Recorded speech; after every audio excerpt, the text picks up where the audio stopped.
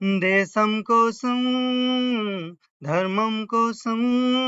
లోకరక్షకుడును మరణం గెలిచిన పునరుత్థానుడును అయిన యేసుక్రీస్తు ఘననామంలో అత్యంత ప్రియులు ఆధ్యాత్మిక పరివార సభ్యులు అయిన మీ అందరికీ శుభములు. రండి, కదలి రండి.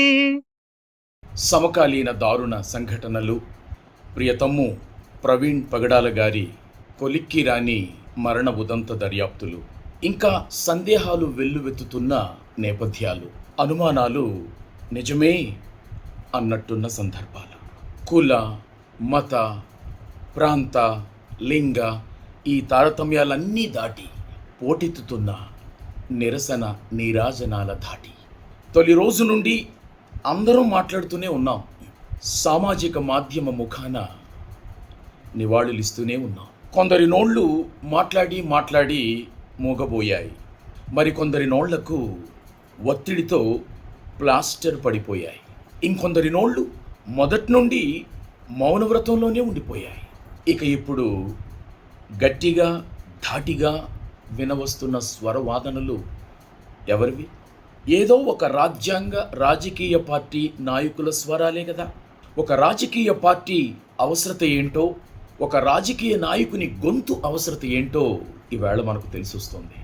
ఒక ప్రజాశాంతి పార్టీ వ్యవస్థాపకుడు కేఏ పాల్ గారి మేటి స్వరం, ఒక లిబరేషన్ కాంగ్రెస్ పార్టీ వ్యవస్థాపకుడు మాజీ ఐఏఎస్ విజయ్ కుమార్ గారి ధీటైన స్వరం, ఒక దశాబ్దాల ప్రజా రాజకీయ దీనజన పోరాటకుడు హర్ష్ కుమార్ గారి సూటి స్వరం, ఇవే కదా ఇప్పుడు గట్టిగా మన పక్షాన వినిపిస్తున్న స్వరాలు.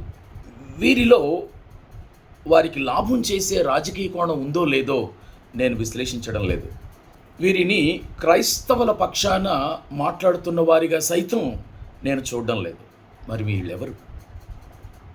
వీరు సత్యం సమాధైపోతుంటే మైనార్టీలుగా బ్రతుకులు ఇడుస్తున్న మన క్రైస్తవుల హక్కులు నానాటికి హరించిపోతుంటే కళ్ళు చెవులు మూసుకొని ఉండలేకపోతున్న వాళ్ళు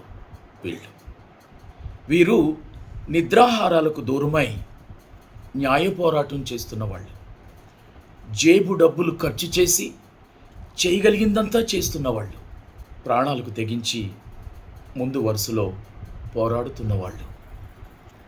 ఈ ముగ్గురు 3 సింహాలై గర్జిస్తున్నారు ఇప్పుడు. వీళ్ళారా, ఈ సంఘటనతో, ఈ ముగ్గురి రాకతో ఇంతకాలం ఒక్క నిలకడగలిగిన రాజకీయ స్వరము మనకు లేకపోయింది అన్న లోటు తీరిందా అన్నట్టు అనిపిస్తోంది. సత్యశోధన కోసం, నిజ నిర్ధారణ కోసం, యథార్థ మనస్సుతో న్యాయం కోసం పోరాడే గుండెలు వీరివి.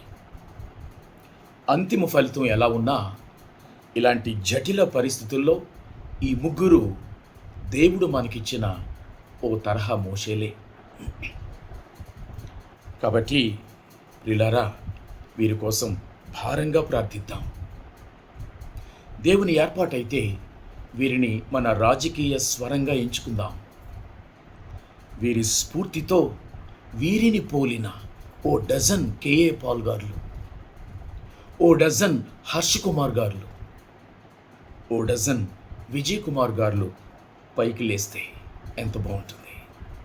నాకైతే నమ్మకం ఉంది, వీళ్ళంతా పోగాయి సంఘటితమై మన ప్రస్తుత రాజకీయ గాడిలో పెట్టగలరు. క్రైస్తవులకే కదండి, ఎవరికి అన్యాయం జరిగినా వారి పక్షాన వీరు ఒక గొంతు కాగలరు. అందుకే దేవుని సేవకునిగా ఒక చిన్న పిలుపు ఇవ్వాలని ప్రేరణతో మీ ముందుకు వస్తున్నాను. ఆసక్తి, అర్హత గల క్రైస్తవ సామాజిక యోధుల్లారా, ఇండియా రాజకీయాలను ప్రభావితం చేయడానికి రండి. మత సంస్థలు ఆర్ఎస్ఎస్, విహెచ్పి ఇలాంటి వాటికి రాజకీయ గొంతులున్నాయి. ముస్లిం సంస్థానాలకు రాజకీయ స్వరాలున్నాయి. మరి దేశంలో 3వ స్థానంలో ఉన్న క్రైస్తవులమైన మనకే రాజకీయ శూన్యత. ఆ శూన్యం పూరించాల్సిన సమయం వచ్చేసింది. రండి, కదలి రండి. మన వంతుగా, మనకు చేతనైనంతగా ఇండియా రాజకీయ సేవా రంగంపై మన ముద్ర కూడా వేద్దాం. దేశం కోసం, ధర్మం కోసం మేము సైతం అందాం. ఏమంటారు? దైవాశీస్సులు.